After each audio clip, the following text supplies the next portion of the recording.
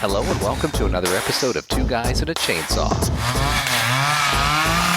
I'm Todd. And I'm Craig. This week, we chose the 2014 film As Above, So Below. This is a movie that has been on my list for a while, and Craig, actually you chose it from our list of films. I'm curious, what drove you to this particular one this week? I know we were kind of at a last-minute dash to find something quick, but this was on our list, and you picked it out. What made you decide this is the one for this week? I'm not accusing you. Let me put it that way. Because on paper, by the way, this movie looks like it would be fantastic. It does. And okay, so that's the thing. Like, I remember the ad campaign when it came out, and like the preview looked pretty good. And yeah, like you said, it was kind of a last minute deal. We were trying to figure out, what we were going to do. And before Todd moved to China, he had me make a list of things that we might potentially want to do. And he kind of tried to load up a hard drive of movies for me. And the reason that I picked this one was because it started with an A. Oh my God. And it was really early on the list. You just gave up, right? You just pulled up the window. You're like a guy taking a random stab at a Chinese menu, hoping like he's going to get something good. Pretty much. Wow. Success or failure, Craig? Oh man, gosh, I have to tell you, seriously, like the preview looked good, and I can see how they could edit together a pretty good preview from this movie, because there are some interesting visuals. It's certainly enough to fill a 1 minute trailer, and that's about. Dude, I hated this movie. Oh, man. God. Oh, I hated it. I thought it was...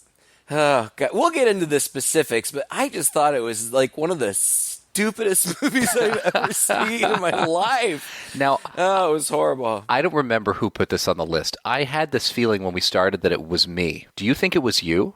I think it was me. I don't know. You can have the credit for it. I'm not passing around blame. I'm certainly not going to take credit. I'm pretty sure, though, however, okay, so you saw the trailers for it. I know that I must have at some point, whether you put it on the list and I looked it up afterwards, or whether I put it on the list because it looked intriguing to me. I remember being really intrigued by the write-up of the premise to this movie, that this group of people descend into the catacombs of Paris to find the philosopher's stone and follow this sort of Dan Brown-esque series of clues in order to get to it. And to me, I mean, that's Indiana Jones, that's Tomb Raider. Sure. It just seemed really, really cool. And so I kept remembering this movie again and again. Oh, we need to watch that. We need to watch that. And we never did. And I was really excited to put it on this time. And then, as soon as it came on, I realized this was going to be a found footage movie. Yeah, and I know you're not a huge fan. Everybody knows. I know that you're not a fan at all. But but truly, in the act of doing this podcast, we have discovered some really good found footage movies, including That's true. A movie by the director of this film. John Eric Dowdle, who wrote the screenplay and directed this film, along with his brother, Drew Dowdle, who wrote the screenplay, they did Quarantine. And as I remember, we loved Quarantine. Wait, did they do Quarantine or did they do Wreck? Wasn't Quarantine a remake of Wreck? Oh. I think you're right. Behind your keyboard. That's hilarious. So wait a second. We watched Wreck. And we love which Wreck. is a great movie, and Quarantine is just okay, which doesn't surprise me that they did that movie too. That explains so much. Yeah. Okay, so the thing about this is it should be super cool because these apparently are the only folks who've ever been given permission by, I don't know, the French government or the authorities, whomever it is, to actually film in these catacombs in Paris, which exist. They're real. They're down there. Oh, yeah. And it's where, I really don't know the history. I'm sorry, folks. I didn't do any research on this movie at all, but I guess, they had such a problem with disposing of their dead, I guess. Like, they didn't have anywhere to put them, so they built these huge catacombs underneath the city of Paris, and there are just like hundreds of thousands of bodies down there, and they're there, and Just like bones. I imagine, yeah, just like bones. You can tour them and look at them, and Yeah, and there, it's not like a nice little American cemetery where everybody has, their own plot or whatever. Like it's just piles, mounds of bones and bodies. As morbid as that is, and they're actual people down there. I don't want to trivialize it or anything, but it's cool. It's a cool place. It's a cool concept. It should have been a really cool movie. But God, oh. I hated it. The other cool part about it, though, is the notion. Okay, so it's a little stereotypical in that.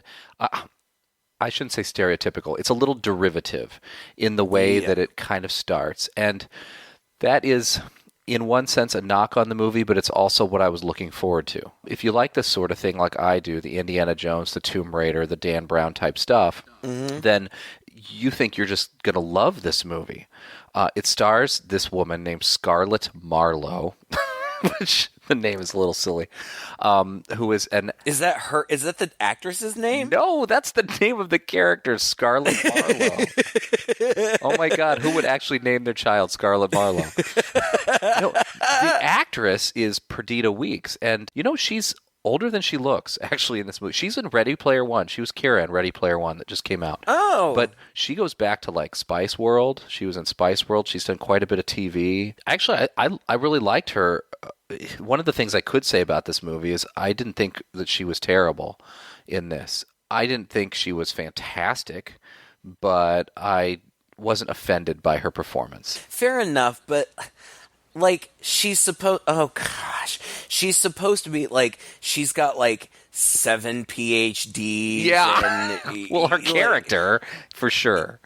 Yeah. Ridiculous. It's ridiculous. I mean, you say she's older than she looks. I don't have any idea how old she is, but she looks like she's about 24. And, I don't want to be, terribly critical. She's lovely. She's a very pretty lady, but, like... No. I don't believe this for a second that you are some genius 7 times PhD.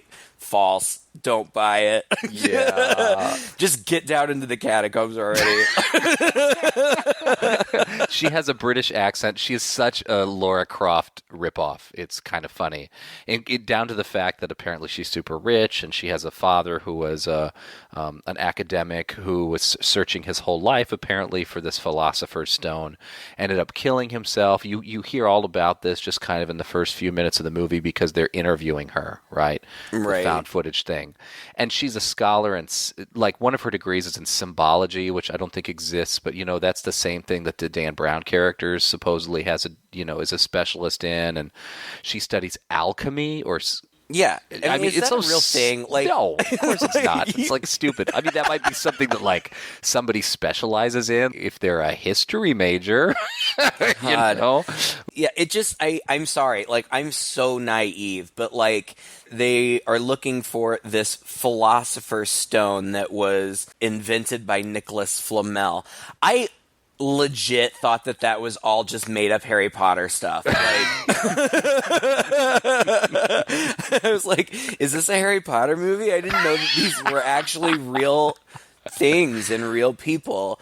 But yeah, that's what she's looking for. And apparently, like, the Philosopher's Stone, it can turn base metals into gold, and so it can grant you all these riches. And then I guess it's like also the key to immortality or something. Yeah. And like, well, the stupid thing about it is, if you were truly a scholar and have all these PhDs of all these things, you would know this is bullshit. Like, yes, you might be interested in finding some stuff that Nicholas Flamel did, or maybe some of his lost papers or something, but you wouldn't actually believe that such a thing would exist.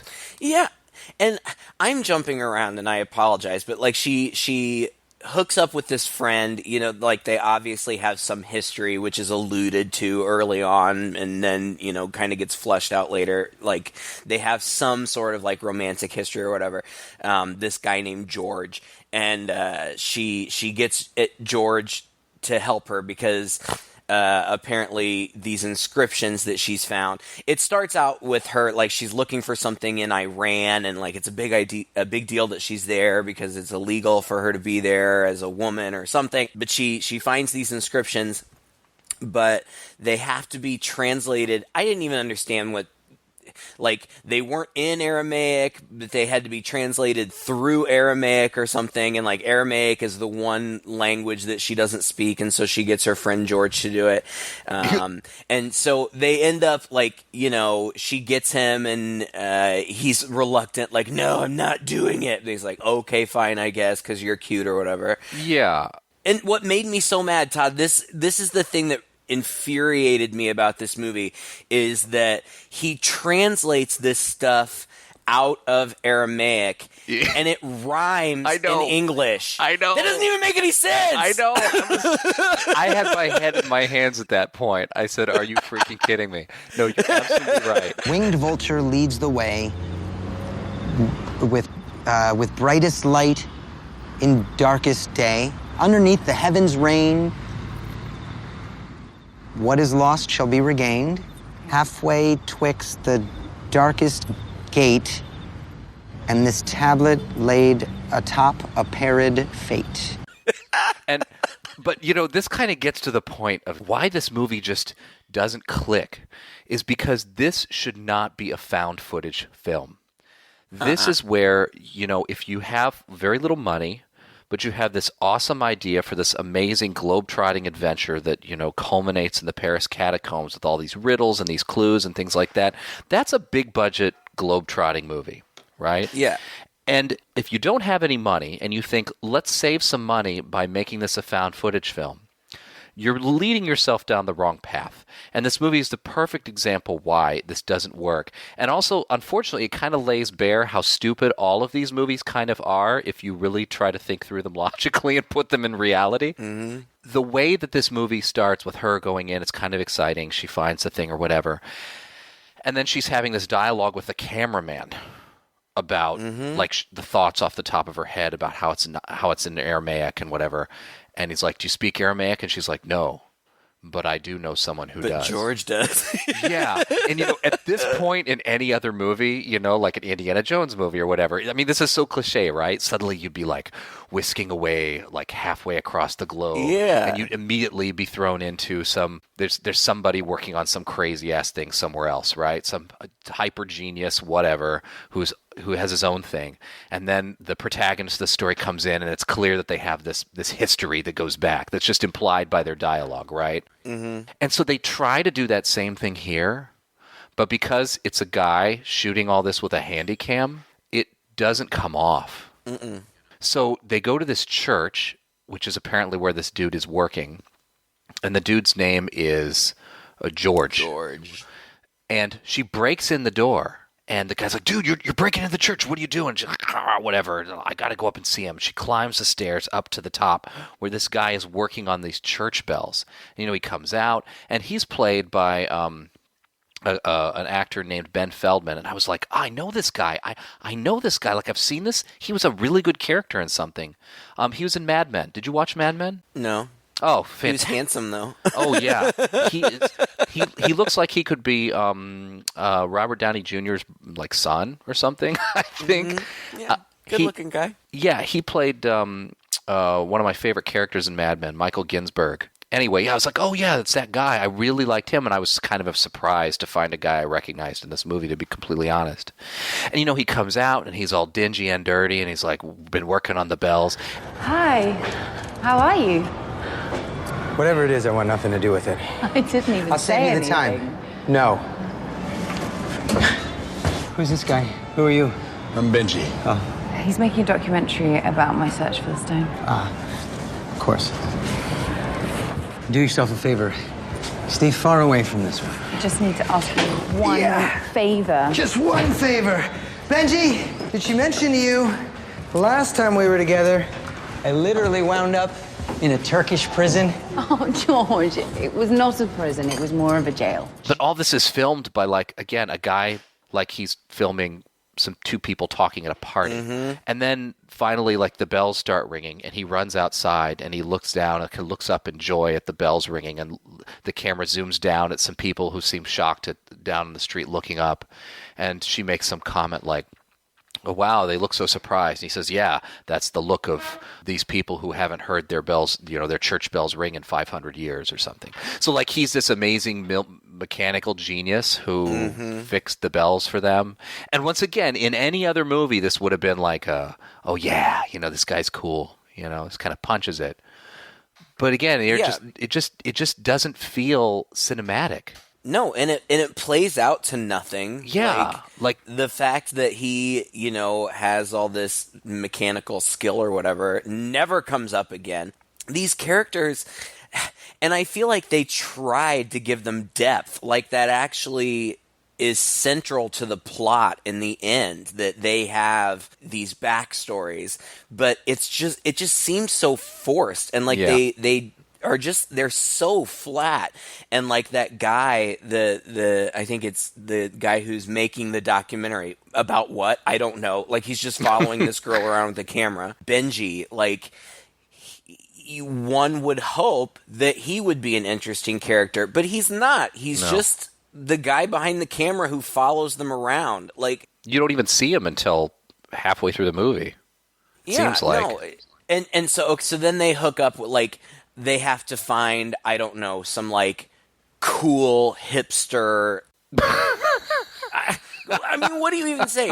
I mean, like, they have to, like, we have to find, like, they go down into, like, a tour of the catacombs, like a touristy tour that you or I would go on, but that's not good enough. Like, they have to, go into the forbidden areas, and so they have to find, like, this cool guy at a club who, like, knows the catacombs. Like, what? Like, like this 20-something club kid who, like, just happens to be an expert. Like, he just hangs out down there or something. Like, it doesn't even make any sense. Yeah, and like it's like maybe suggested that he's kind of like a graffiti artist or something, because he tags everything where he goes, but it's so derivative and stupid. And then they introduce far too many characters.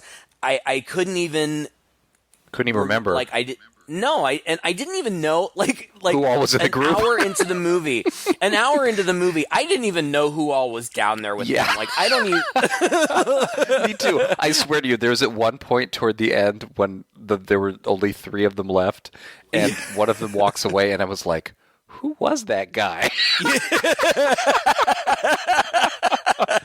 Exactly. You don't even know, and you don't care. No. Like, well, it doesn't make sense. These people are far too young to have all these skills and knowledge that they're purported to have. It's one of those films where they walk through and they're solving these riddles and these puzzles as they're getting deeper and deeper into the catacombs, and they're able to call up ancient texts and verses and things at the drop of a hat between the two of them. Like, they're two people who are, in the middle of studying for an archaeology exam or something like that, and reviewing and finishing each other's sentences for them. Like, they're so in sync. Like, maybe one of these people could be crazy, ridiculous, antisocial enough that that's their whole life, but, like, for 2 of them to be that way. He pulls out a map of the catacombs and he sits down and he's like, "Well, such history says that such and such happened here, and then there was this cave in here, so it must be here." And then another person chimes in, "Well, it could be there because I know that this leads to there and this doesn't lead to there." And then the dude who knows the tunnels is like, "But there's nothing there." And he's like, "What? I could find a way." And, it just kind of all comes so cleanly together in the course of 30 seconds. That was the other thing that was so frustrating. Like, supposedly, they get down there and they're going to find these secret passageways that nobody's been in for like 600 years or whatever. But it takes them absolutely no effort whatsoever. Like at any point when they come across something like, oh, this is mysterious. Oh, I just figured it out. Like, Yeah. like in 3 seconds. Like, there's no way that nobody else has been down there if it was that freaking easy to find. True. Like, Well, they're walking. so stupid. The worst part that they have to do is they have to crawl over some bones, which they make this huge deal about how they have to crawl over these bones. There are bones all around them. They're in the catacombs. These people are students of history and supposedly super smart. How are they suddenly getting freaked out by this knowledge that apparently that they just realized they're going to have to crawl over some bones? Mm-hmm. So it's either go through this one tunnel, which has been sealed up, which they'd have to break through, or crawl over some bones. The guy who knows the catacombs says, we need to crawl over the bones. The woman says, who suddenly knows the catacombs better than this guy, who they needed to get down there, says, no, this is the much shorter way. And he says, we can't go that way. Well, why not? Because it's evil. It's evil. It's an evil corridor. The evil corridor, right? He had a friend who went down there. We had a friend named La Taupe. In English, La Taupe, c'est the mole. He lived down here for years. He knew every corridor of every system except this one. He knew there was something horrible down there. But eventually he had to see what it was. He went inside and nobody has seen him since. Right.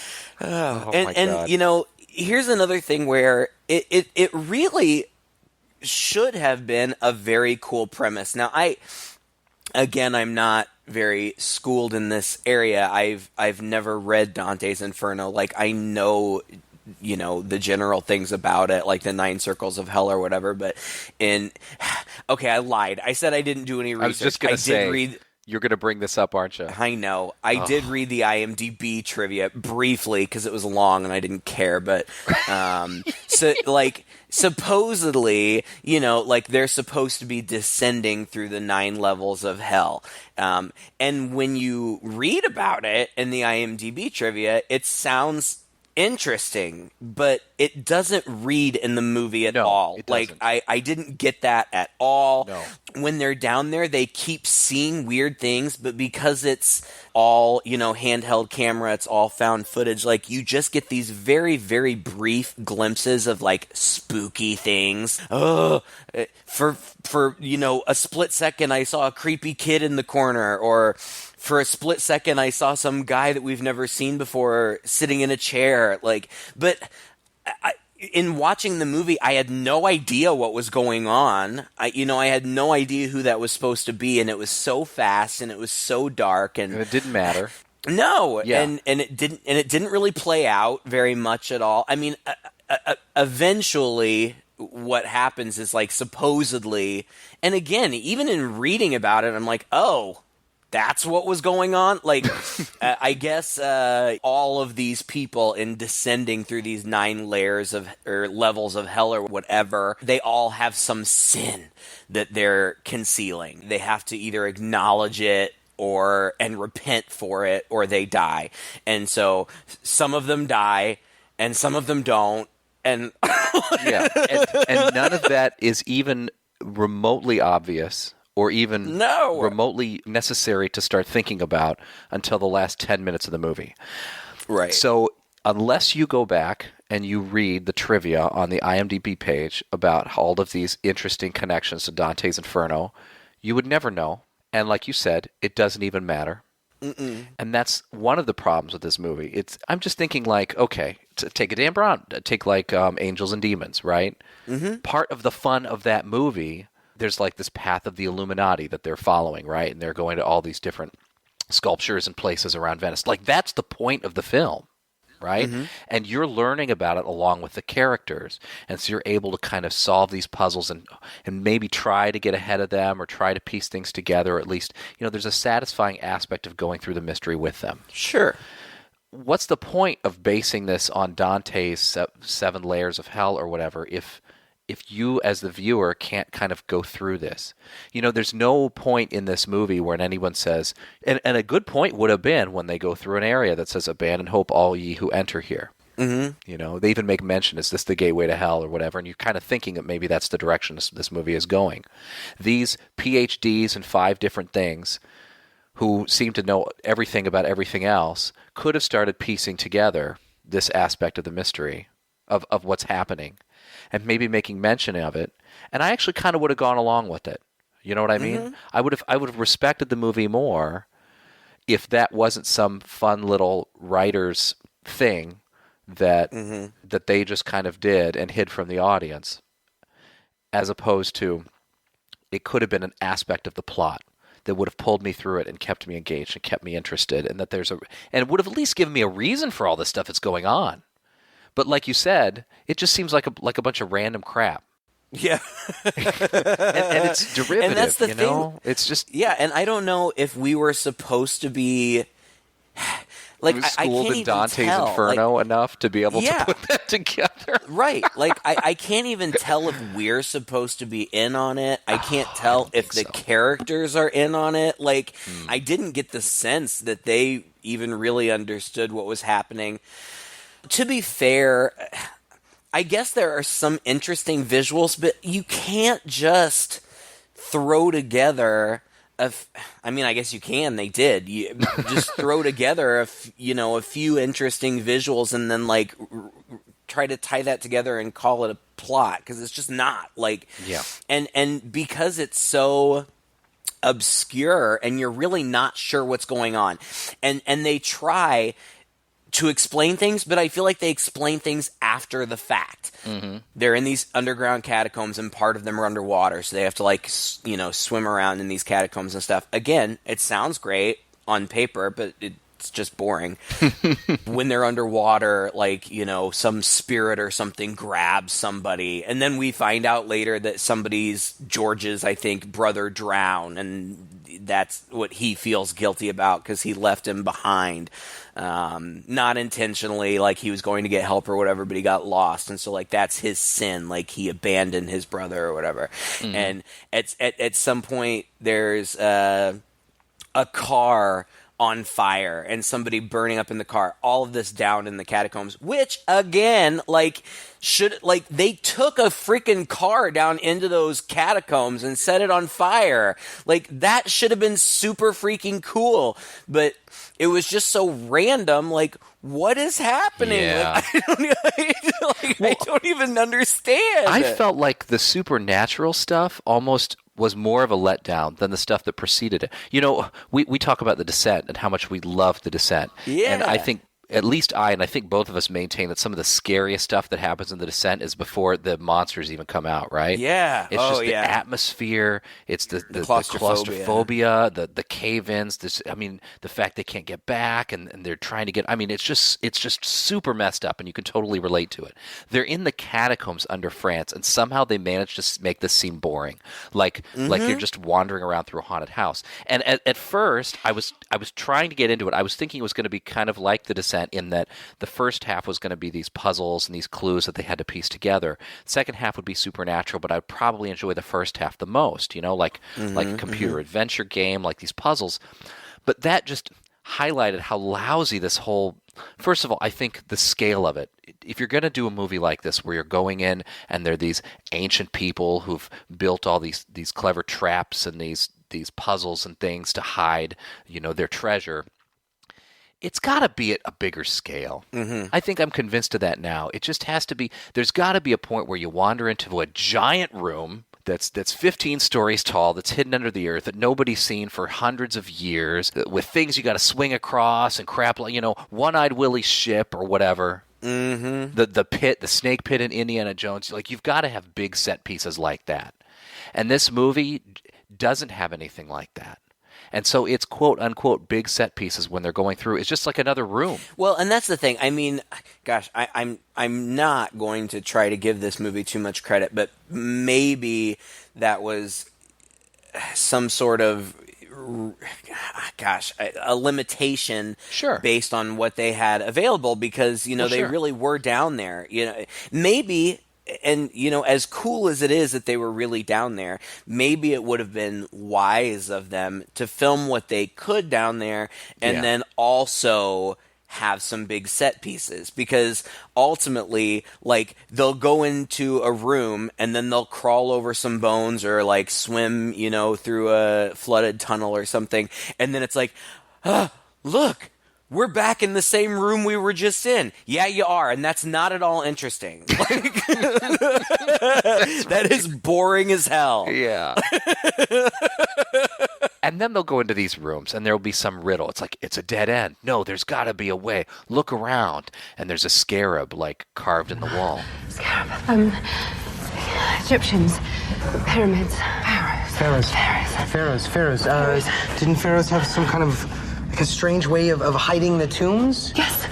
Yes, they did. A Ptolemaic hinge. I've never seen. Could this be? One second, can you just explain what are you talking about? What's a Ptolemaic? Ptolemaic hinge. Basically, they form a kind of riddle. It's a sort of ancient Egyptian padlocks. You have to take the exact right stone from the exact right place, or what? the ceiling will collapse on you and kill you. What? Are you kidding? You have to be shitting me. Look, it's okay. Underneath heaven's reign. Celestial spheres. The celestial spheres. 8 planets, right? Wait. But the last 2 weren't discovered yet. Okay, so 6 planets. 6 planets. 1, 2, 3, 4, 5. Wait. Scarlet. What? Don't touch anything. Was this built before or after Copernicus? And like, all of this happens in the course of 10 seconds. Yes. Like, Yes. I know. And that just, for me, that just highlights how this doesn't work. First of all, the room is like half the size of my bedroom. Yeah. And second of all, they blow through it. It's like, that scene in Indiana Jones where he puts the staff in and the light shines through and it shows him where to, to dig or whatever. It's like if that scene, instead of him, creeping down there, coming up there, measuring the staff out, finding the right hole, putting it in, that beam of light comes in, the music swells up. We get these dramatic angles, and as the sunlight slowly comes across, and it's just a really dramatic scene. It's like if you took that, and instead, it was like 420-somethings who run in, and they're like, oh, this must be the room. Yeah, this is it. Do you have the staff? Yeah, I got the staff. Well, good. I've got this thing. Maybe we should put on the staff. Yeah, let's do it. Okay, which hole do we put it in? It's number 4. Oh, no, wait. Remember the ancient poem? Oh, yeah. It's not 4. 4 is 5. That's right. Put it in hole 5. Okay, here we go. Beam of light comes in. There it is. Let's go. Yeah. Even if they were that smart to figure it out, one would think that they wouldn't be so reckless. Like, and that's just, it's just so unbelievable. Like, it's just so unbelievable. I get it. She's excited, she's going to find this magic rock that is amazing or whatever. Great. You're super excited. But seriously, if nobody's been down there for 700 years, what is your freaking hurry? Yeah. Take a minute. Like, maybe double check your work in this case before you just start ripping out, oh, well, it's just this one stone, and if I pull out the wrong one, we're all dead, but I'm pretty sure it's this one.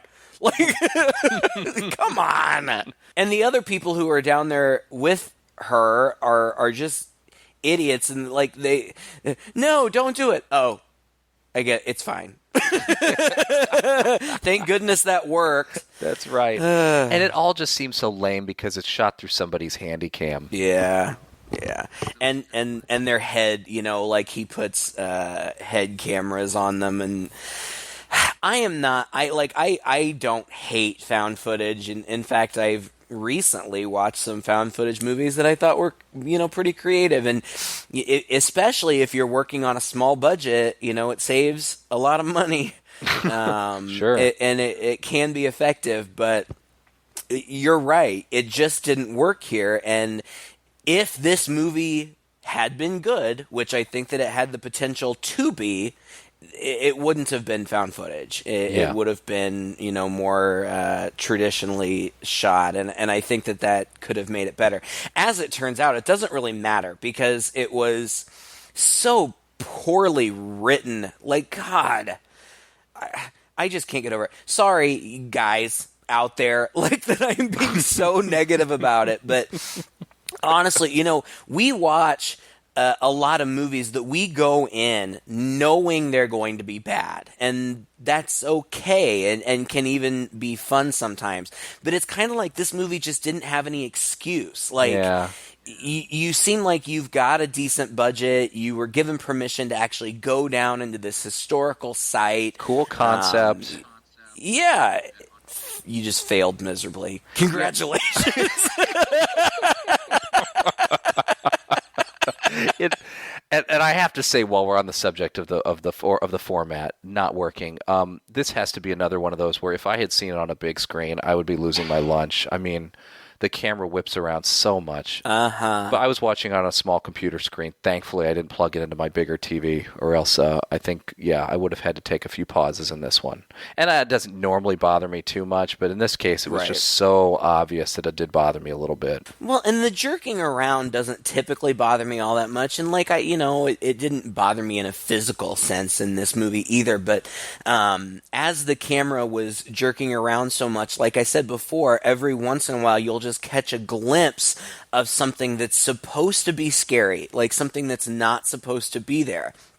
And that happens all the time, especially in these found footage movies, but it wasn't scary because I didn't have any idea what I was seeing. Yeah. And there was little to no explanation, and maybe in fairness, by the time I was an hour in, I just so didn't care that, I don't care who that spooky kid is that I just saw in a quick flash. There's a guy burning up in a car. Okay. Yeah. Next room, please. It comes so out of left field, and it's not forecast. In literature and in films, there is foreshadowing, and it's done for a reason. Yeah. And this movie had no foreshadowing of anything. No, and I've said it before, and so I hate to be redundant, but it seemed like they tried later to explain things, but it's too late. It already happened. I don't care now. I don't even know how many of them were down there. I think that it was it was George and Scarlett, and then they had the camera guy Benji, and then I think there were 3 others, but I kept getting... There was another woman. The other 2 guys, there was one of them's name was Papillon, which I thought was hilarious. Isn't that kind of like a little dog? Yeah. Papillon, Suxi, and Zed. Yes. But I couldn't keep track of them, and I kept confusing Papillon and Zed. They may as well have been the same character because I couldn't distinguish them at all. When they're down there, like I said before, supposedly they're going through the 9 levels of Dante's Inferno of hell or whatever, and I guess because I read it later, Suxi gets violently killed on the 4th level, which is supposed to be violence. I don't know. Whatever. And Zed gets killed at some point, I think, and Benji gets killed at some point. And if you read online about the events that surround their deaths, there's supposedly some explanation for each one, but it flew right over my head. I had no idea. And another thing that, gosh, I can't believe I'm saying this because I don't want to admit that I was actually moved to irritation by this movie, but I was. They're supposed to be down there, they're in France, and they're supposed to be down there in, these French catacombs or whatever, and they're translating Aramaic for a long time. But then the deeper down they go, did they dig to Egypt? Because then all of a sudden everything is Egyptian? What? Yeah. There are just so many things that stretch credulity, and you're willing to give... it's a movie, so of course you're willing to... Philosopher's Stone. Okay, so she finds this Philosopher's Stone. Somebody gets hurt, and she holds the stone against the person, and it heals. I will say that this is a really risky thing to do with a found footage movie. The very nature of found footage is a kind of realism. Mm-hmm. And so when ghosts and things are different, because it's like a supernatural we're kind of unsure about, but when you're talking real magic, it's really hard to, I think it just doesn't really fit with this medium really well, and it just feels a little off when she does this. But I was willing to give it a bit of a pass. Okay, well, I guess it's the stone. I mean, there's no special effects or anything. There's no real. Yeah, I don't know. I don't know how they did that. I mean, because like the first she heals, I feel like Suxi like breaks her arm or something, and she heals it with the stone, and like in one moment the arm is like broken and bloody, and then she like passes the stone over it, and it's fine, and But- I don't know how they did that. It was relatively convincing. But again, it's like, well, this was Schaus, and that's like, okay, let's go. I mean, it's like, Yeah. it's not a big moment. It's just something that happens, and they go on.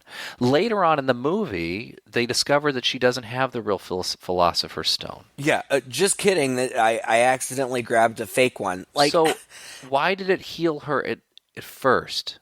So it only works once? yeah. Apparently, it's a fake one that just works once. It's like a trick fake okay. stone. It's like those birthday candles that you blow out, but they come back on, but they blow out. Really? I mean, it's so lame. And I'm only saying that because I read it. Like I in the trivia online, I read that. Well, the first stone that she finds is a fake one that only works once. Well, how in God's name would anybody know that? Like, Yeah.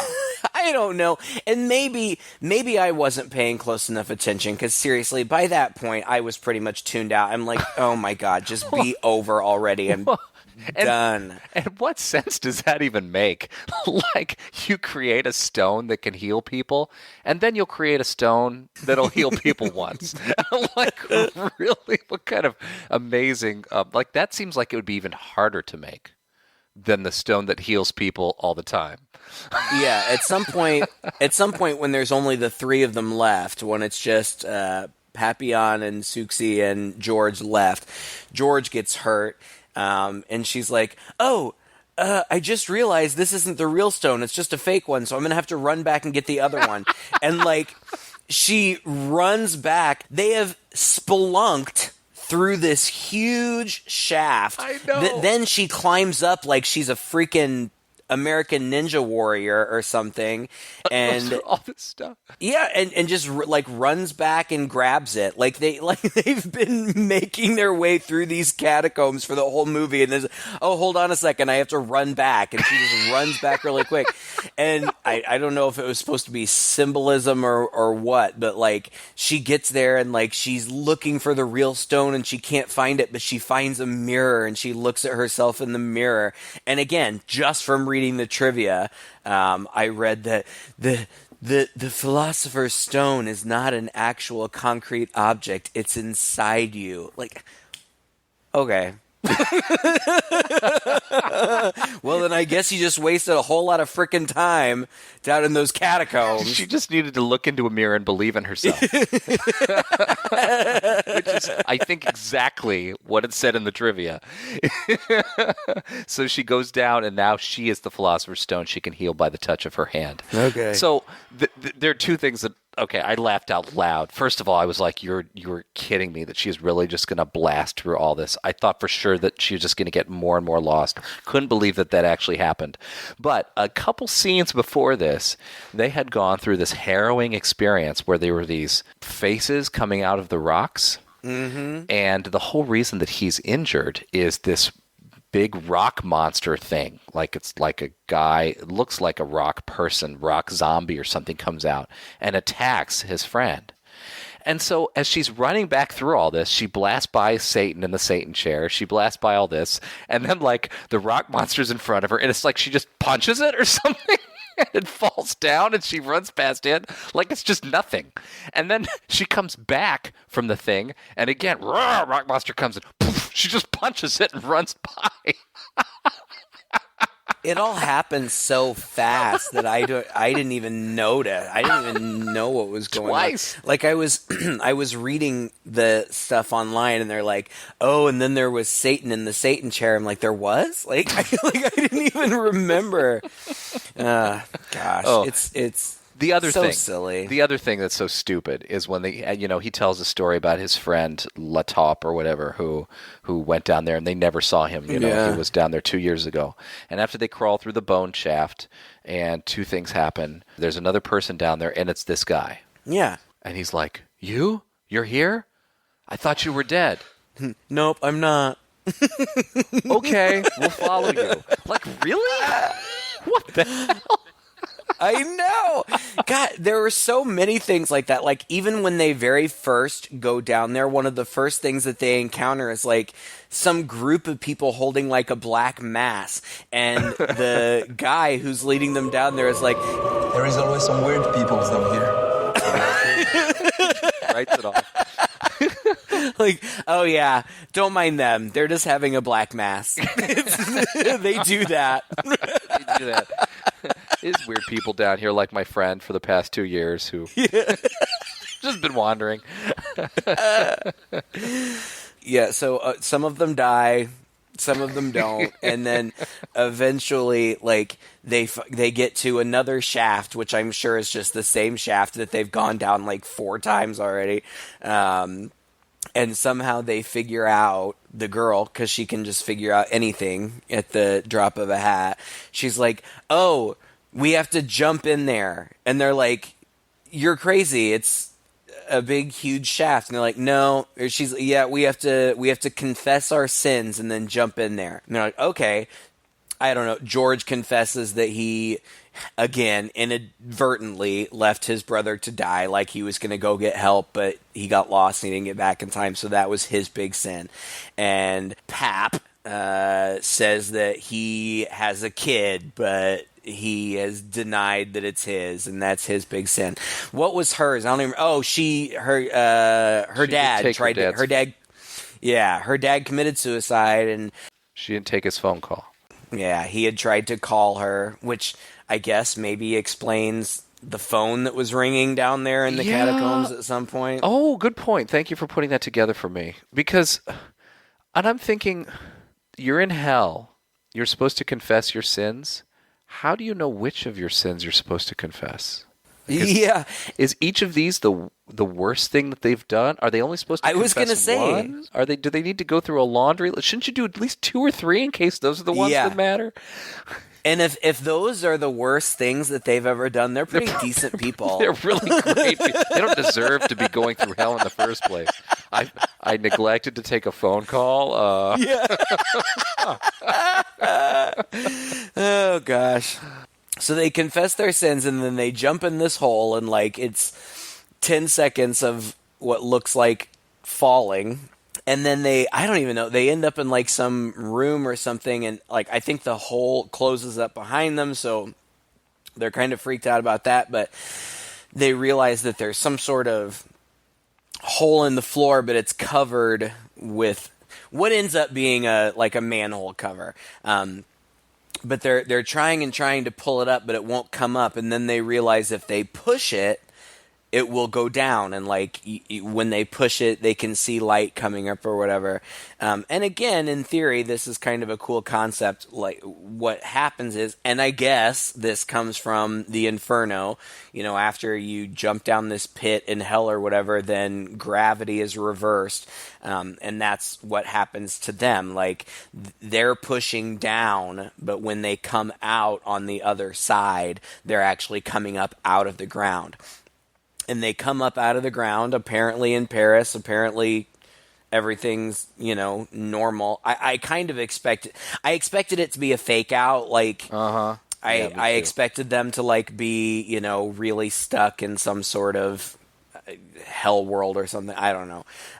But apparently it wasn't. And so they just stand there and look at each other for a second. And then Pap just turns around and walks away. And George and Scarlett hug. Grace. Yeah. Yeah. And then it cuts back to the interview footage from the very beginning of the movie, which was of no consequence. Yeah. Like, it was just... It was a lame ending to a lame movie. And I was glad it was over. Yeah. Well, there was no character journey.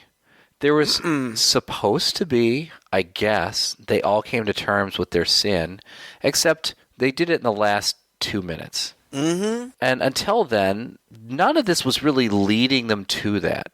This is just something that she figured out last minute, and they were all like, okay, I guess we have nothing better to do, so let's do it. And we as the viewer could never have figured this out going through this. And every single thing that we have been saying about Dante's Inferno comes from after Craig and I watched the movie, scratching our heads and looking to make some sense of this, went online and went to the IMDb trivia page, where I am sure the director of the film himself put all this crap in. Yeah. You know, you'd have to have a degree, in four different degrees in order to piece this together that it has anything, because the movie itself makes no mention of it. Yeah, I mean, I know that you're not very smart, but I think of myself as being a relatively intelligent and fairly well-educated person. For sure. And I would never count myself an expert in that arena, but seriously, like, if I was supposed to get it, I totally missed it. Like, I had no idea. I would have never made that connection. And even if you had made the connection, what difference would it have made? It's fun trivia, aside from the fact that, okay, I guess the whole movie was these people making a journey through hell. The details of it really didn't end up mattering. It's just some stuff they saw. Yeah, but even them, like, if that's the case, like, if that's what they were going for, like, they were going through these 9 levels of hell, like, it didn't seem that particularly hellish. It just looked like they were walking around in some tunnels. Yeah. Like, and again, like, the catacombs, that's a cool thing. And yeah, we actually got to see some of the bones and stuff sometimes, but most of the time it just kind of looked like they were walking around in the sewer, like... Could have been anything. That's not good enough. You didn't even see a lot of bones and skeletons. I mean, I expected to see a lot of stuff, and it was just rock walls, and a lot of it looked exactly the same. I mean, they were probably going through the same areas. In fact, they were marking. I'm sure they were. Yeah. So, what a lot of potential completely wasted. I'm glad that you at least felt the same way that I did, because when it was over, I was just, God, that was bad. Like, I just didn't like it at all. And it is too bad. It did have a lot of potential. I'm not even gonna do my normal thing where I'm like, well, the acting wasn't horrible. Like, I'm not even gonna bother with that. It was just bad. Listeners, if you haven't watched it, I don't recommend it. It wasn't fun. No. It's irritating, actually. You're confused most of the time. It really asks you to make... It has a lot of ridiculous things that happen all throughout. It really stretches credulity a lot. And then the found footage aspect of it just throws cold water on anything fun that could be in there. It's just not cinematic or exciting or anything like that. It just points out to me, like, you can't just take a particular genre and say, hey, let's do it in this way. And sometimes it's never going to work. Maybe it'll work someday. Maybe somebody will figure out how to make this kind of movie, shot on a handy cam, look thrilling and exciting. But I'm thoroughly convinced that this is why these kind of movies are more cinematic. Oh, yeah. It's interesting because the director, I was going back through his stuff, aside from Quarantine, which we never did see, he did a movie called Devil. Have you seen that one? That one takes place in an elevator. Yeah, I saw it. It was all right. I kind of liked that one. I mean, it wasn't the best movie I'd seen, but I came away from it thinking it was kind of clever. And kind of unique. It was all done in, that very claustrophobic space of the elevator, and that's different. I enjoyed it. Yeah, I liked that. So, I mean, I hold out some hope for this team, the Dowdle brothers or whatever they call themselves. But this is definitely not going to win them any Oscars for sure. No. Well, thank you again for listening to another episode. If you enjoyed this episode, please share it with a friend. We sure hope you enjoyed the episode more than we enjoyed this movie. You can find us online on Google Play, Stitcher, iTunes, wherever your favorite podcasts are. You can also find our website, twoguys.red40net.com, where we not only have past episodes of our podcast, but also a few written movie reviews for you to watch. Find us on Facebook as well. Give us some feedback. Let us know what you think. Have a lot of fun watching those written reviews. I told you he wasn't smart, folks. You heard it from me. Until next time, I'm Todd And I'm Craig. with two guys and a chainsaw.